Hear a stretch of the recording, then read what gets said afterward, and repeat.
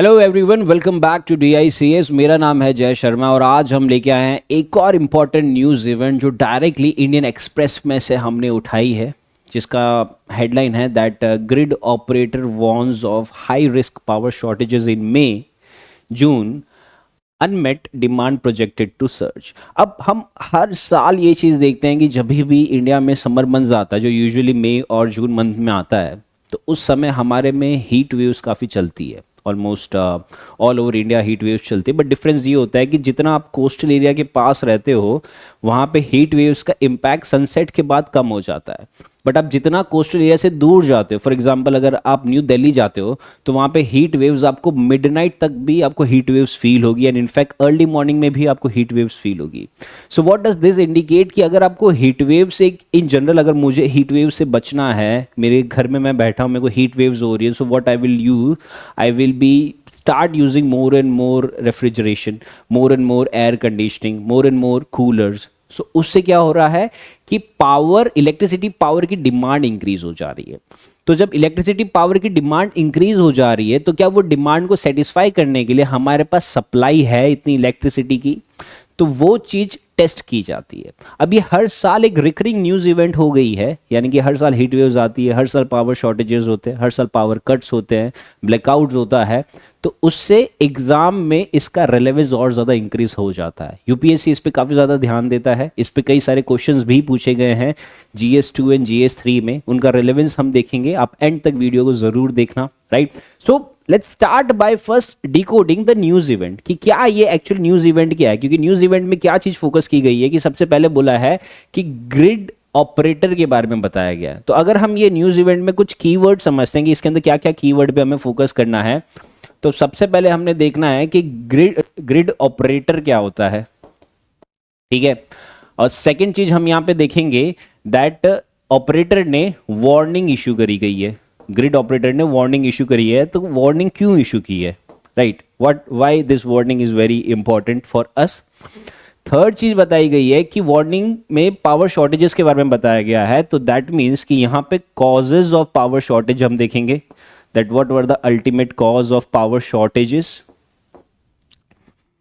Fourth चीज अगर हम देखेंगे तो ये देखेगा कि हमारा यूपीएससी में एग्जाम रेलेवेंस इसका क्या है, आई मीन ये किस तरीके से GS2 as well as GS3 दोनों में ही इसका बहुत ज्यादा इंपॉर्टेंस है, राइट। यूजुअली स्टूडेंट्स क्या करते हैं कि ये टाइप के जो न्यूज इवेंट्स होते हैं ना, उस पर इतना फोकस नहीं करते, because they are more engrossed toward geopolitical issues हो गया, या फिर कोई नया डेवलपमेंट हो गया, नई स्कीम आ गई, नई कोई अदर टाइप की इनिशिएटिव लॉन्च कर दिया गवर्नमेंट ने, तो उस पर ज़्यादा फोकस कर रहा है। हालांकि यूपीएससी रिकरिंग इवेंट्स पे ज़्यादा क्वेश्चन कर रहा है, राइट। यानी कि ये एक बार न्यूज़ में आया है, अब ये वापस न्यूज़ में आएगा मई और जून में, जब इस पे पावर शॉर्टेजेस हमें फील किए जाएंगे, राइट।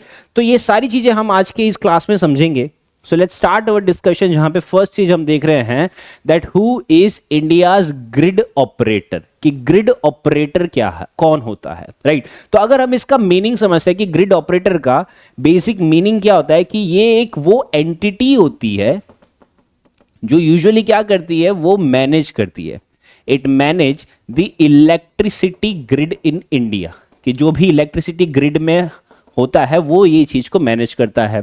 अब इलेक्ट्रिसिटी ग्रिड का बताया गया है कि उसको मैनेज करना या उसकी फंक्शनिंग देखना, तो उसके अंदर क्या क्या चीजें देखी जाती है। तो सबसे पहली चीज जो यहां पे वो देखता है वो ये है कि इलेक्ट्रिसिटी पावर का जनरेशन होना चाहिए। So that is the sole and the most important role of grid operator, कि सबसे पहले आप पावर जनरेशन को इंश्योर कीजिए। सेकेंड चीज बोला गया कि जो भी पावर जनरेशन होता है उसका ट्रांसमिशन होना चाहिए, कि उसका ट्रांसमिशन काफी ज्यादा इंपॉर्टेंट होता है, कि आपने जो इलेक्ट्रिसिटी जनरेट करी उसको ट्रांसमिशन करना।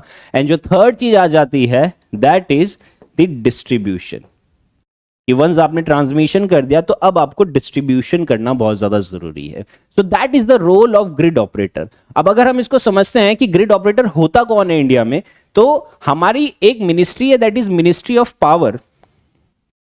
अब ये मिनिस्ट्री ऑफ पावर के अंदर क्या होता है कि एक डेडिकेटेड बॉडी है जिसका नाम है power system operation corporation limited, जिसको पोसोको कहा जाता है। अब ये मिनिस्ट्री ऑफ पावर के अंदर पोसोको है, और पोसोको के अंदर एक बॉडी है that is national load dispatch centre, that is NLDC. अब ये एनएलडीसी क्या होती है कि ये देखती है कि इसने जो रीजनल लोड डिस्पैच सेंटर्स है उनके साथ कोऑर्डिनेट करती है। फॉर एग्जांपल जो नॉर्दर्न इंडिया हो गया, नॉर्दर्न सेंटर हो गया, ईस्टर्न सेंटर हो गया, वेस्टर्न सेंटर हो गया, सदर्न सेंटर हो गया, नॉर्थ ईस्टर्न सेंटर हो गया। यानी कि ये पांचों सेंटर्स के साथ एक ऊपर एक नेशनल ग्रिड ऑपरेटर रहता है, that is the national load dispatch centre. उसके ऊपर आ जाती है power system operation corporation limited, और उसके ऊपर है मिनिस्ट्री ऑफ पावर जो गवर्नमेंट ऑफ इंडिया का है। तो इस तरीके से ग्रिड ऑपरेटर इंडिया में फंक्शन करता है, और ये उसकी हायरार्की है, एंड इस तरीके से ये फंक्शन करता है। नाउ जो सेकंड चीज हमें समझनी है दैट इज कि ये वार्निंग पोसोको ने एज अ ग्रिड ऑपरेटर ने इश्यू क्यों की गई है। तो जैसे हमें देखा है कि जैसे ही समर मंथ आता है, यानी कि पीक समर होता है, जब हीट वेव्स चलती है, तो हमको रेफ्रिजरेशन काफ़ी ज़्यादा यूज़ करने लगते हैं, हम एयर कंडीशनिंग काफ़ी ज़्यादा यूज़ करने लगते हैं, हम फैन ज़्यादा यूज़ करते हैं, हम कूलर ज़्यादा यूज़ करते हैं। तो उससे इलेक्ट्रिसिटी की डिमांड में काफ़ी ज़्यादा स्पाइक आता है during the month of May and June. तो जब डिमांड इतनी ज़्यादा होती है तो डिमांड को सेटिस्फाई करने के लिए हमारे पास इलेक्ट्रिसिटी की इतनी सप्लाई होनी चाहिए, जो कि नहीं है हमारे पास। तो यहां पे क्या होता है कि एक मिसमैच होता है, mismatch between what, the electricity generation and the electricity consumption, right. ये हम एग्जांपल से सब्सटेंशिएट भी कर सकते हैं कि हर साल जैसे 2022 का भी हम एग्जांपल लेंगे, 2023 का भी हम एग्जांपल लेंगे, कि इसके अंदर बताया गया कि 2022 में इलेक्ट्रिसिटी की डिमांड इतनी ज्यादा बढ़ गई थी, बट जनरेशन इतना ज्यादा नहीं हो पाया। अगर जनरेशन हुआ तो ट्रांसमिशन नहीं हो पाया। तो उसके चलते क्या हुआ कि कुछ स्टेट्स लाइक राजस्थान है, महाराष्ट्र है और पंजाब है, वहां पे इलेक्ट्रिसिटी टाइम पे पहुंच ही नहीं पाई है। तो ये सब ना हो, और गवर्नमेंट अर्ली वार्निंग दे रहा है, ये ग्रिड ऑपरेटर अर्ली वार्निंग दे रहा है कि जो भी स्टेट गवर्नमेंट्स है या जो डिस्ट्रीब्यूशन कंपनीज है वो प्लान कर सके कि हम क्या टाइप की मिटिगेशन स्ट्रैटेजीज ला सकते हैं, ताकि हमारे जितने भी स्टेट्स है सबके पास एक इक्विटेबल डिस्ट्रीब्यूशन ऑफ इलेक्ट्रिसिटी हो पाए, राइट। क्योंकि जब इलेक्ट्रिसिटी टाइम पे नहीं पहुंच रही है तो उससे सिटीजन का वेलफेयर तो खराब होता ही है, राइट। हीट वेव्स की इंटेंसिटी वो और ज्यादा फील करेगा। बट सेकेंड चीज है कि इकोनॉमिक एक्टिविटी पे भी बहुत ज्यादा इंपैक्ट आता है। तो इकोनॉमिक एक्टिविटी टाइम पे नहीं हो पाती है, तो ये भी एक इशू रहता है, राइट। अब जो थर्ड चीज हम इसका समझेंगे that is the causes of power shortages in India. कि कॉजेज क्या है, जो सबसे इंपॉर्टेंट कॉज होता है दैट इज कि इंडिया में जो इंडियन इलेक्ट्रिसिटी जनरेट होती है वो कोल से 52% जनरेट होती है, यानी कि मोर देन हाफ कोल से हम जनरेट करते हैं।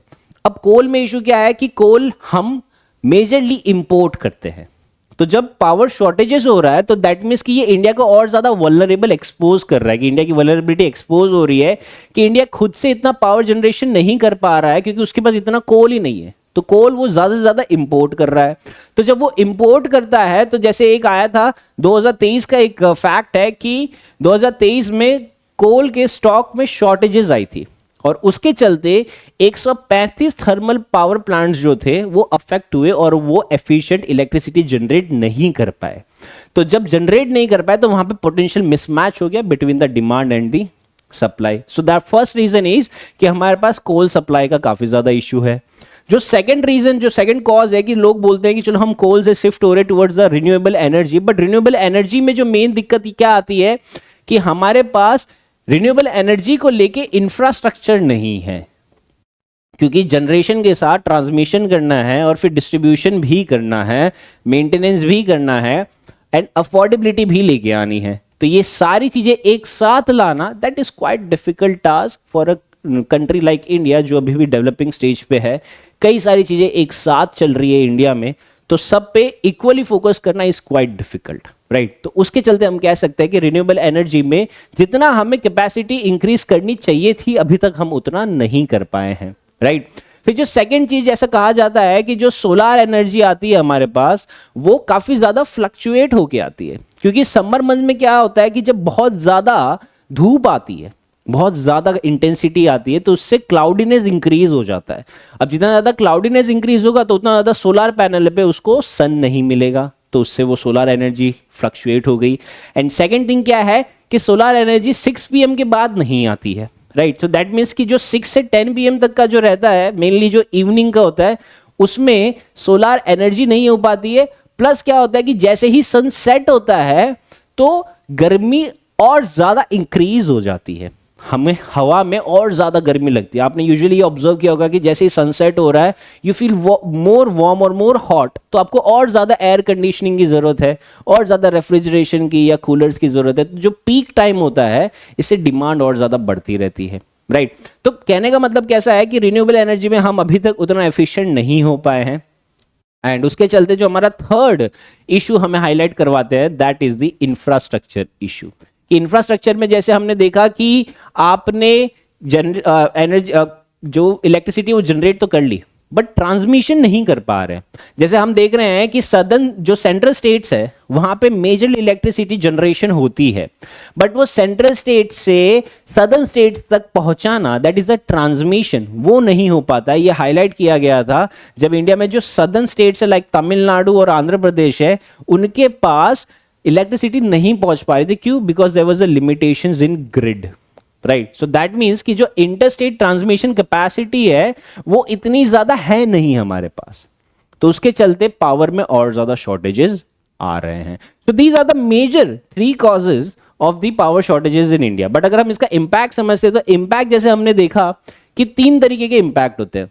सबसे पहला हमने देखा था कि सिटीजन वेलफेयर का तो जो इशू है वो है कि भाई मेरे को जितनी ज्यादा हीट वेव्स लगी उतना मैं इरिटेटेड रहूंगा, I will not be feel welfare, right. And जो सेकेंड इशू रहता है that is the economic impact, कि इकोनॉमिक इंपैक्ट बहुत बड़ा इशू है। इकोनॉमिक इंपैक्ट में हम क्या कह सकते हैं कि यहाँ पे प्रोडक्टिविटी का इशू है। प्रोडक्टिविटी का इशू इन द सेंस हम क्या कह रहे हैं कि यहाँ पे लेट्स से स्टील का प्रोडक्शन इतना नहीं कर पा रहे हैं, ऑटोमोबाइल का प्रोडक्शन इतना नहीं कर पा रहे हैं, एंड आईटी सर्विसेज जो इंडिया का काफी ज्यादा इंपॉर्टेंट है उसमें भी इतना नहीं कर पा रहे। क्यों? क्योंकि इलेक्ट्रिसिटी शॉर्टेज हो रहा है। इलेक्ट्रिसिटी शॉर्टेज होने से प्रोडक्शन नहीं हो पाएगा, हमारी प्रोडक्टिविटी काफी ज्यादा कम हो जाएगी। जैसे 2023 में मिनिस्ट्री ऑफ कॉमर्स ने डेटा दिया था कि जब पावर क्राइसिस हो गए थे 2023 में, तो जो इंडस्ट्रियल प्रोडक्शन था वो हमारा 3.4% से कॉन्ट्रैक्ट हुआ था during the month of June, यानी कि एक महीने में 3.5% से प्रोडक्शन कम हो गया है। That is a very huge number, right, कि वो नंबर काफी बड़ा है। सो दैट मीन्स कि इकोनॉमिक इंपैक्ट काफी बड़ा है इसके चलते। सेकेंड आ जाता है is the public and health sector strain, कि पब्लिक और हेल्थ सेक्टर में जैसे हमने देखते हैं कि एक हॉस्पिटल है जो एक क्रिटिकल सेक्टर है, हमारा हॉस्पिटल है, अगर हॉस्पिटल में इलेक्ट्रिसिटी कट हो गया तो वो फिर क्या करेगा, तो वहां पे हेल्थ पे काफी ज्यादा इंपैक्ट पड़ता है। हालांकि इसका भी एक डेटा आया था कि दिल्ली में देखा गया कि जून 2023 में ऑलमोस्ट 50 हॉस्पिटल्स ने रिपोर्ट किया कि वहां पे जो इलेक्ट्रिसिटी है वो इतनी ज्यादा नहीं आ पा रही है। तो उन्होंने ऑल्टरनेटिव ऑप्शंस दिए। ऑल्टरनेटिव ऑप्शंस में उन्होंने क्या किया कि डीजल के जनरेटर्स यूज करने लग गए। अब डीजल के जनरेटर्स यूज करने से क्या हो रहा है कि वहां पे कॉस्ट तो बढ़ ही रहा है, एंड उसके चलते डीजल है तो उसके चलते पॉल्यूशन भी काफी ज्यादा बढ़ रहा है। ये रिपोर्ट खुद दिल्ली गवर्नमेंट 2023 में रिलीज की गई थी। फिर जो थर्ड आ जाता है that is the impact on agriculture, कि एग्रीकल्चर में भी इलेक्ट्रिसिटी काफी ज्यादा इंपॉर्टेंट है जो कमर्शियलाइज पे है, राइट। जो लार्ज फार्मर्स है वो मेजरली इलेक्ट्रिसिटी काफी ज्यादा यूज करते हैं, मेजरली फॉर द इरिगेशन के लिए, राइट। तो ये अगेन एक डेटा है कि मई 2023 में पंजाब ने पावर शॉर्टेजेस फेस किए थे, एंड उसके चलते 3 लाख हेक्टेयर्स ऑफ लैंड जो था वहां पे इरिगेशन नहीं हो पा रहा था टाइम पे, क्योंकि इलेक्ट्रिसिटी नहीं थी तो पानी सप्लाई नहीं हो पा रहा था, right. So these were the impact of power shortages. तो यहां से हमने पूरी न्यूज इवेंट तो समझ ली। अब इसको हम एग्जाम पॉइंट ऑफ व्यू से देखते हैं कि इसके क्या क्या डायमेंशंस है जो एग्जाम में यूपीएससी या जीपीएससी पूछ सकता है। तो सबसे पहला इशू ये आ जाता है कि गवर्नेंस चैलेंज को हाईलाइट कर रहा है। अब गवर्नेंस चैलेंज को क्यों हाईलाइट कर रहा है? क्योंकि जो इलेक्ट्रिसिटी हमने समझी है, जो इलेक्ट्रिसिटी है it is actually a public good. ये एक पब्लिक गुड है। तो जब पब्लिक गुड की बात करिए, यानी कि ये सब लोगों के पास इक्विटेबली पहुंचनी चाहिए, बीट रूरल एरिया हो गया या रिमोट एरियाज हो गया, सबके पास पहुंचना चाहिए। बट जब ये पब्लिक गुड हर पब्लिक के पास नहीं पहुंच पा रहा है, तो ये क्या हाईलाइट करता है कि ये गवर्नमेंट में गवर्नेंस फेलियर है. सो दैट मीन्स कि this is one of the challenges of the governance, कि ये गवर्नेंस का बहुत बड़ा चैलेंज है. जैसे ये हाईलाइट भी किया गया था दैट जो भी कोऑर्डिनेशन होता है गवर्नेंस के बीच में वो इतना ज्यादा नहीं हो पाता है. फॉर एग्जांपल 2022 में बताया गया कि जो कोल शॉर्टेजेस के चलते इलेक्ट्रिसिटी जनरेशन उतना ज्यादा नहीं हो पाया, तो जो ट्रांसमिशन होना था वो नहीं हो पाया. क्यों नहीं हो पाया? क्योंकि जो स्टेट्स और सेंट्रल गवर्नमेंट अथॉरिटीज है उनके बीच में कोऑर्डिनेशन गैप आ रहा था बहुत ज्यादा. तो this is what a governance challenge है, राइट. इस पे क्वेश्चंस भी पूछे गए यूपीएससी ने, मैं आपको इसके बाद और ज्यादा बताऊंगा, राइट. एंड जो दूसरा आ जाता है फ्रॉम GS2 के लिए, that is the social justice and equity. क्योंकि ये हम देख रहे हैं कि इसका सबसे बड़ा इंपैक्ट कहां पे होता है, जो रूरल एरियाज हो जाते हैं, राइट, इकोनॉमिकली वीकर सेक्शन हो जाते हैं. एंड जो क्रिटिकल सेक्टर्स है, क्रिटिकल सेक्टर्स यानी क्या हो जाएगा, हेल्थ केयर हो जाएगा, एजुकेशन हो जाएगा, राइट, एग्रीकल्चर हो जाएगा. तो ये तीनों सेक्टर्स पे भी बहुत ज्यादा इंपैक्ट है. मान लीजिए कि आपकी स्कूल या कॉलेजेस में इलेक्ट्रिसिटी ही नहीं आ रही है, पावर शॉर्टेजेस हो रहा है during the month of May and June. So वहां पे ना पढ़ाई हो पाएगी, ना कुछ और डेवलपमेंट हो पाएगा, ना रिसर्च हो पाएगी, तो वो कंप्लीटली हॉल्ट हो जाएगा, राइट. तो ये एक सोशल जस्टिस और इक्विटी पे लिए रहता है, क्योंकि हर एक सेक्शन इसका बर्न नहीं फील कर पा रहा. एंड ये गवर्नेंस ने जो गवर्नमेंट है उन्होंने हमें इंश्योर किया है हमारे संविधान में कि सबको इक्वल जस्टिस मिलेगा, सबको इक्वालिटी मिलेगी, यानी कि सबके घर पे इलेक्ट्रिसिटी आनी चाहिए. अगर वो नहीं आएगी, so this is against the social justice and government, and this is the failure of the governance. And ये एक गवर्नेंस चैलेंज का पार्ट बन जाता है, राइट. ये सोशल जस्टिस और इक्विटी का पार्ट बन जाता है, राइट. फॉर एग्जाम्पल हमने देखा है कि जो प्रोलॉन्ग आउटेजेस हुए हैं वहां से रूरल हॉस्पिटल के ऑपरेशंस में काफी ज्यादा इशू हुआ है, एंड वो हेल्थ केयर डिलीवरी टाइम पे नहीं कर पाते हैं, right. So that is from the GS2. अगर वैसे हम GS3 के पॉइंट ऑफ व्यू से देखते हैं, दैट इज इकोनॉमिक डेवलपमेंट, उसके अंदर पहला आ जाता है that is the energy security. Now energy security के लिए अगर हम देखते हैं तो एनर्जी सिक्योरिटी क्यों इंपॉर्टेंट है हमारे लिए, क्योंकि हमारा जो इंडस्ट्री है वो कोल पे काफी ज्यादा डिपेंडेंट है, राइट. एंड कोल पे क्यों डिपेंडेंट है? क्योंकि कोल से ही हमारी पूरी इलेक्ट्रिसिटी डिपेंडेंट है. ऑलमोस्ट 52% ऑफ हमारी इलेक्ट्रिसिटी कोल से आ रही है. दैट मीन्स हम आधे से ज्यादा इलेक्ट्रिसिटी के लिए कोल पे डिपेंडेंट है. तो जब मेरे पास एनर्जी सिक्योरिटी नहीं होगी तो ऑब्वियसली मेरी प्रोडक्टिविटी काफी ज्यादा लो हो जाएगी. प्रोडक्टिविटी लो होगी तो ऑब्वियसली मैं प्रोडक्शन कैपेसिटी काफी ज्यादा कम हो जाएगा. प्रोडक्शन कैपेसिटी कम होगा तो अल्टीमेटली वो मेरे इकोनॉमिक हेल्थ को इंपैक्ट करेगा कंट्री एज अ होल के लिए, राइट. इसके अलावा यहाँ पे एक और डायमेंशन यहाँ पे एक्सप्लोर किया गया है, दैट मीन्स कि जो फ्रीक्वेंट शॉर्टेजेस हो रहे हैं हमारे पावर शॉर्टेजेस, वो हाईलाइट कर रहा है कि इंडिया काफी ज्यादा डिपेंडेंस है on coal based thermal power plant, ठीक है. एंड जो कोल है, कोल के लिए इंडिया काफी ज्यादा डिपेंडेंट है ऑन इंपोर्ट्स. तो ये एक बहुत बड़ा इशू है हमारे लिए from the economic point of view, क्योंकि ये एनर्जी सिक्योरिटी के लिए रह रहा है. फिर थर्ड जो सेकंड जो GS3 के पॉइंट ऑफ व्यू से हम देख सकते हैं दैट इज द इंफ्रास्ट्रक्चर. क्योंकि यहां पे क्या हो रहा है कि ये रिकरेंट पावर शॉर्टेजेस हो रहे हैं, यानी कि ये हर साल पावर शॉर्टेजेस हो रहे हैं. तो हर साल अगर पावर शॉर्टेजेस हो रहे हैं दैट मीन्स कि हमारे इंफ्रास्ट्रक्चर में बहुत बड़ा गैप है, राइट. फॉर एग्जाम्पल हमारा जो पावर ट्रांसमिशन नेटवर्क है वो इनएडिक्वेट है, और जो ग्रिड्स है हमारे वो आउटडेटेड हो रहे हैं. जैसे 2022 में ये चीज आई थी कि मुंबई में ब्लैकआउट हुआ था. ये क्यों हुआ था? क्योंकि टेक्निकल फॉल्ट्स आए थे, हमारा ट्रांसमिशन इंफ्रास्ट्रक्चर इतना अच्छे से नहीं हो पाया था. तो ये बता रहा है कि हमें इंफ्रास्ट्रक्चर को अपग्रेड करने की काफी ज्यादा जरूरत है.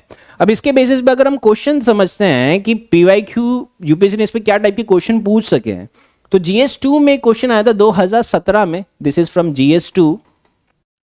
ये एक्चुअली IR में हम कंसिडर कर सकते हैं कि ये IR से भी काफी ज्यादा इंपॉर्टेंट है, क्योंकि यहां क्वेश्चन है the question of India's energy security constitutes the most important part of India's economic progress, full stop.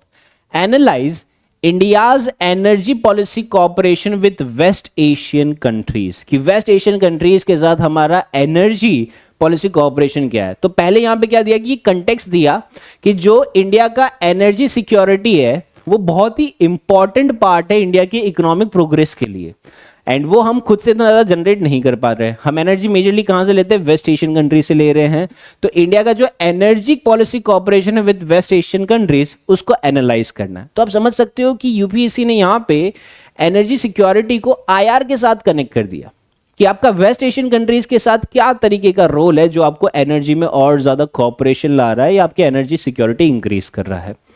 मेरे GS3 में सवाल आया था 2021 में, जिसमें पूछा गया था that energy security is significant for socio economic development, discuss the challenges in achieving energy security and suggest measures to ensure it. यानी कि यहां पे क्या बोला गया है कि एनर्जी सिक्योरिटी हमारे सोशियो इकोनॉमिक डेवलपमेंट के लिए बहुत ज़्यादा इंपॉर्टेंट है, क्योंकि जब सोसाइटी और इकोनॉमिक डेवलपमेंट में इलेक्ट्रिसिटी नहीं होगी तो डेवलपमेंट ही नहीं हो पाएगा, right.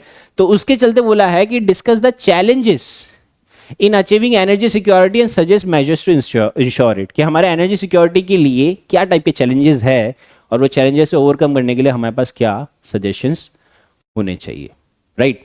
So this is it from today's video. In the coming video, we'll be covering more such kind of news articles. Till then, stay safe and study well. Thank you.